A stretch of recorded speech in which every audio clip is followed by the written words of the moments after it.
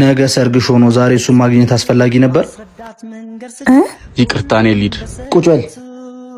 ታውቃለህ፣ ሁሌ የሚያስፈራኝ አለመወደድ፣ አለመፈለግ ወይም መጥቶ አልነበር። ሁሌ ያስፈራኝ የነበረው ስሜት አልባ በድንን ታቅፎ መተኛት ነበር። በእኔ እቅፍ ውስጥ ሆነሽ እሱ እንደምታስቢ ማሰብ በጣም ያስፈራኝ ነበር። ፍራቼን እውነት አረግሽልኝ አይደል? የኔና የሱ ጉዳይ ያለቀለት ነገር ነው እኮ። ዝም በይ አፍሽ እንጂ ልብሽ እሱ እንደማይል ጠንቅሽ ታውቂያለሽ።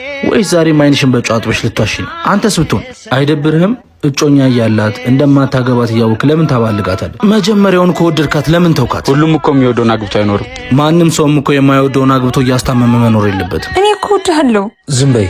እስካሁን የምትዩን ነገር ያልሰማሽ መሰለሽ? እሱ በመሆኑ እኮ ነው እስካሁን ቁጭ ብሎ ያዳመጠሽ።